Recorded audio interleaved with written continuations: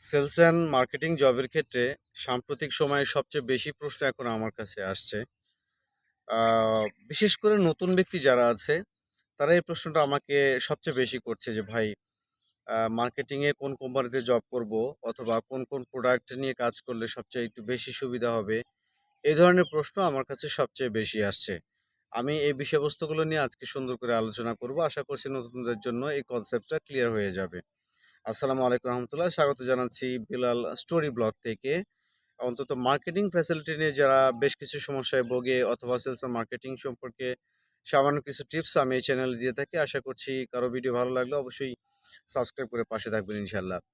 তো নতুনদের জন্য সবচাইতে কমন প্রশ্ন এবং সবচাইতে বেশি প্রশ্ন হচ্ছে, আমি কোন প্রোডাক্ট নিয়ে কাজ করতে চাই অথবা আমি কোন প্রোডাক্ট নিয়ে কাজ করব, কাজ করলে ভালো হয়? আমি কোন কোম্পানিতে জব করব বা কোন কোম্পানিতে জব করলে ভালো হয়? এই প্রশ্নগুলো সবচাইতে বেশি। আমি তাদেরকে একটা বিষয় ক্লিয়ার করে দিচ্ছি, সেটা হচ্ছে পণ্য, কোন পণ্যর উপর মার্কেটিং করবেন, এটা বড় কোনো ফ্যাক্ট না।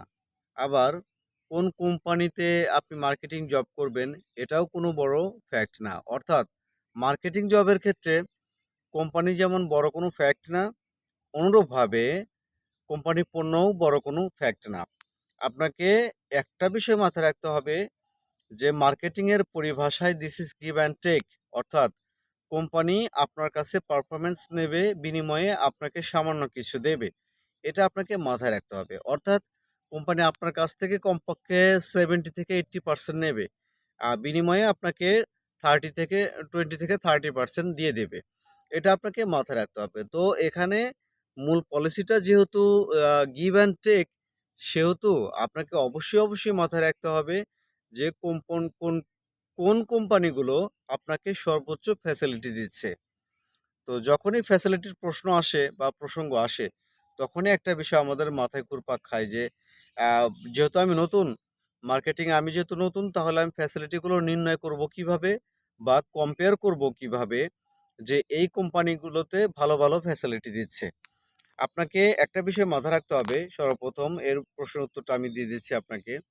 সেটা হলো, যে কোম্পানিতে দেখবেন স্ট্রং একটা প্রভিডেন্ট ফান্ড আছে, যে কোম্পানিগুলো ইয়ারলি ইনক্রিমেন্ট সিস্টেম চালু রেখেছে এবং যে কোম্পানিগুলো গ্র্যাচুইটি দিচ্ছে, এই ৩টা অপশন আপনি যে কোম্পানিতে পাবেন, নিঃসন্দেহে বলা যায় যে এই কোম্পানির স্যালারি ফিগার অথবা আপনাকে যা দেবে মাস শেষে, সেটা অত্যন্ত আ একটা হ্যান্ডসাম স্যালারি ফিগার আরকি বলা চলে। সব মিলিয়ে বেসিক টিএডিএ বা ইনসেনটিভ পলিসি সবকিছু মিলিয়ে বলা চলে যে একটা হেলদি স্যালারি ফিগার।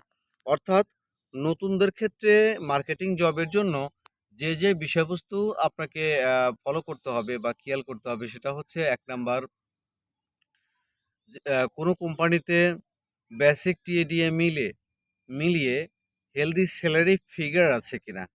সর্বপ্রথম এইটা আপনাকে মাথায় রাখতে হবে।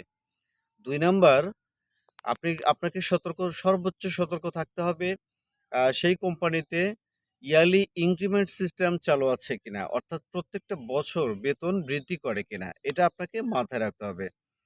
৩ নাম্বার, ওই কোম্পানিতে স্ট্রং একটা প্রভিডেন্ট ফান্ড আছে কিনা, এটা আপনাকে মাথায় রাখতে হবে। হ্যাঁ, ৪ নাম্বার, ওই কোম্পানিতে গ্র্যাচুইটি আছে কিনা। অনেকের আবার গ্র্যাচুইটি নিয়ে প্রশ্ন থাকে যে, ভাই গ্র্যাচুইটিটা কি? গ্র্যাচুইটিটা আমি বোঝাচ্ছি। ধরেন আপনি একটা কোম্পানিতে চাকরি করছেন ১০ বছর ধরে। হ্যাঁ, ১০ বছর ধরে চাকরি করছেন। যখন আপনি জয়েন করেছিলেন, তখন আপনার বেসিক ছিল ৳১৫,০০০।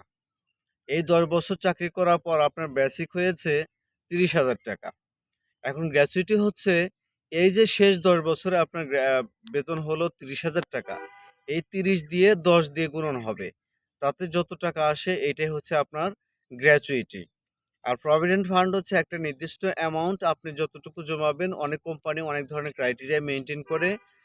প্রভিডেন্ট ফান্ড সম্পর্কে আসলে সঠিক ব্যাখ্যা বিশ্লেষণ করা একার পক্ষে বা আমার পক্ষে সম্ভব নয়। কারণ একেকটা কোম্পানি সামান্য কিছু একটু ভিন্ন আ ভিন্নতা রেখে, হ্যাঁ, তার ক্রাইটেরিয়া মেইনটেইন করে তার প্রভিডেন্ট ফান্ডকে স্ট্রং করার চেষ্টা করে।